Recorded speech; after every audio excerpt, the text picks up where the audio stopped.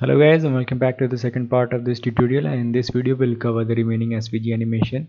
So this is where we left off in the last video. So let me just quickly change the background color back to what it should be. So it should be set to this grayish color, but just for the demonstration purpose in the last video I had set it to blue, so let me just set it back. And then I will set the display of second content to none so that we are able to see the first page, and when we click on the continue button we are able to proceed with our SVG animation. Now for the SVG, what I'm going to do inside my div with the class name of liquid, I will create another div, and this time the class name will be first SVG. So basically we will have three different SVG. So inside this first SVG I will create a SVG tag with some properties, and the important properties are the preserve aspect ratio and the view box. So view box basically defines the ratio for this SVG, and preserve aspect ratio will make sure that it is responsive. So preserve aspect ratio will be none, and then we have this definition. Inside this I am defining a linear gradient. Offset 0 means starting position, offset 1 means the end position, and I am giving different color for the start and the end. So this will give a linear gradient for our SVG. Now the next thing is the path. So basically this will define what path the SVG will have. So I am giving this one an ID of first, and the next thing that we need to add here is fill. So fill I will set to the linear gradient that I have defined. So URL and then the ID tag, that is linear gradient. And then the next thing that we'll have is D. So basically this D defines the path for our SVG. Now the next thing is how we can define the path so that it takes a waveform. So for that I'm going to use Adobe XD. You can use any other tool. So what I'm doing right now is I have selected the anchor tool, and I will define some points so that it looks like a wave, and then you can double tap on these points to basically just smooth these points. So add some curves there. So I will add these curves here. So now this will look like a wave. So this will be initial path for our SVG, and then from the JavaScript we will morph it so that it looks like the liquid is dripping down. Now once you are satisfied with how your initial wave is going to look like, you can click on CTRL Control E to extract this one. So I will just do that, and so the name is path 8, so I will press Ctrl E, and then format will be SVG, and then you can select the export to. So I'm exporting it to one of my folder. So this already exists there, so I will replace the existing one and then open that folder. So inside this folder I have this path 8 now, so I will open it with my Visual Studio. So let me just bring that here. So it got opened in another instance of Visual Studio, so I will just bring that path8.svg here. Now inside this you can find that we have the new SVG extracted from Adobe XD, and inside this we have this D. So we need to copy this one. So just copy this D1, and we will paste it into this D tag. So this will basically define the initial path for our wave animation. So let me just close this path tag, as we are seeing an error here. So once this path is closed, what we need to do is I will head on to my main.js file, and inside this I will create a new event listener. So the event listener will be DOM content loaded. So let me just bring that code here. So once the DOM content is loaded, then we can do whatever we want to do inside this. So I will start off by adding a variable button, which we will get from document.getElementID button, and then we will add an event on that button, and the event is the click. So let me also add a few CSS that we need for our SVG to work. So the first thing that I will do is set my opacity to 0 for the first SVG. So initially the opacity will be 0 when we click on the button, and it will be changed to 1. And then I'm adding some CSS for SVG, width and height 100%, position absolute. So now what we need to do is I will initiate my anime, not this one, anime.timeline. So with this we can create a timeline of animation. Now here I will use the add method for our first animation. So the target we have to decide. So in this case the target will be the path ID, and that is first, since we added the ID of first to our path.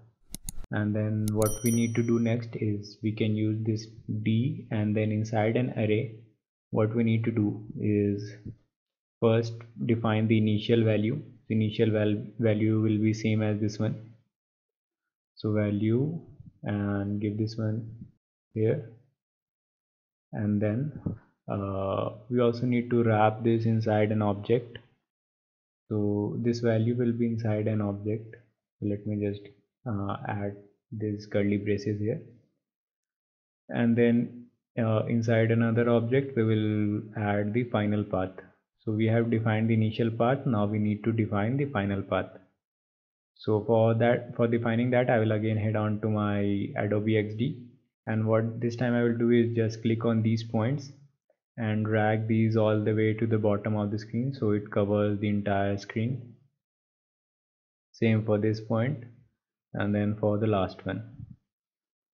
So basically our animation will start from the earlier stage and the final stage will be this one. So now we also need to save this one. So previously the name was path 8, so I'm giving this one a path 9. You can give whatever name you want to give. Now we need to extract this one as well, so Control E and then select as SVG and then export. I will click on the replace button, and now we should have this in our folder. So once it is extracted, I will open that folder, select my path 9 and then open it with Visual Studio. So again it got opened in another instance, so let me just bring to what in our working directory. Now inside this we got another path with this D, so this will be the final path. So I will just copy this one and we need to paste it here, and don't forget to remove this D is equal to, because we just want to give the value. So now we have defined the initial path and the final path, so the animation will take care of basically morphing the initial path to the final path.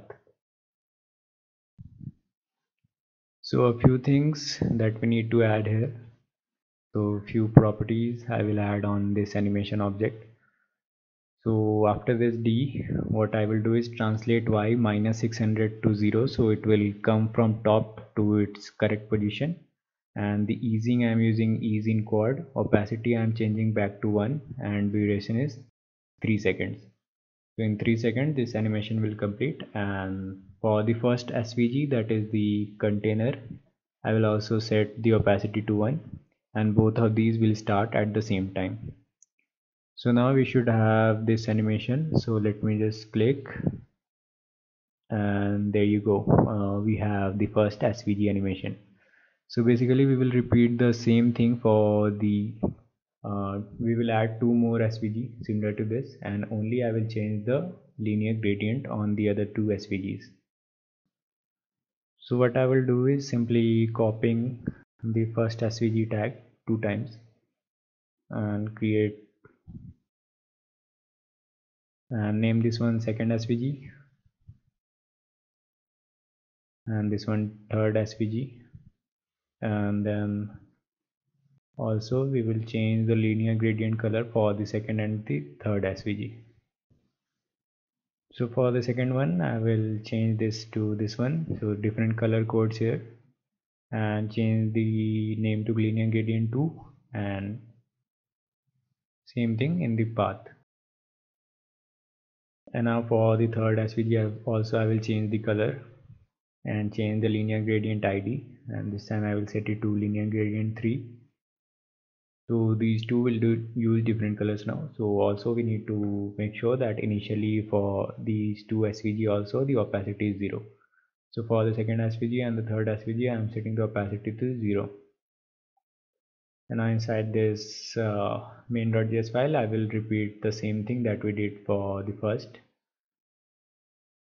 So let me just copy that part here. So inside there I have copied the same thing. So basically repeating the same thing for the second and the third one. So the target will be second, the D will remain the same, and then the translate y I'm changing from -700 to 0, and then duration is same, and then the offset is 2800. So it will start a little late than the first one, and then for the third also offset of minus equal to 2800. And once this is complete I am setting the second content display to flex and the first content display back to none. So let's have a look at what we have done so far. Just click on the reload button and click on the continue. So we should have the 3 SVG, but this one came as soon as you click because we need to add a little delay. So first let me just remove this one. We will take care of this part later. So now just click on the continue and we should able to see. We are able to see only this one because I think I made a mistake. So let me just quickly fix it. So let me get back to my index.html file where I think the problem that I made was I forgot to change the ID for the path. So for the second one I will change the ID to second, and then for the third one I will change the ID to third. So now this should work fine now. So when we click on the continue button we should be able to see the 3 different SVG flowing toward the bottom of the screen. Yeah, so now in order to make it look even better I had added some shadow to our SVG. So I will just bring that code here. So for adding that shadow what we need to do is just go to your first SVG, or you can go to any of these SVG, and after this definitions tag what we need to do is add a filter tag. So inside this filter I am giving this an ID of F4. So these properties you can use to add shadow to your SVG. I'm not going to explain everything here because this will make the video very long. So what you need to do is just head on to, you can search on Google for SVG shadow and go to this w3schools.com, and there you can see how you can add a shadow. So basically what I have done is simply copy pasted this thing from this website and added it there. So this will add a little shadow, and then what we need to do is for the path we need to add one more property, and that's the filter. So filter will be URL hash f4. Now the same thing we can add into the other two SVG. For the second one also I will add that filter, and then for the third one. So save this and now get back to our home page. Click on the reload button, and now we should have a little shadow as you can see here. So now we need to take care of this text and then the new second content. So for that I will head back to my main.js file, and what I will do now is as soon as we click on the button I will first hide the text and then start my SVG animation. So for that I will add a new add method here, and then the targets will be circle and these random circles, and I'm changing their width and height to 0, opacity to 0, and easing I'm using ease in out quad. And then another add I'm using target title and the button and setting their opacity to 0 as well, and an offset of minus equal to 2000, which is 2 seconds. So these two will start first and then we will start the SVG animation. So here also I'm adding this offset of 2 seconds. So this all will start at the same time. So save this one, and now when we click on the continue button, as you can see this first the circle goes off and then we have the text disappear and then SVG animation. Now let's take care of the remaining part here.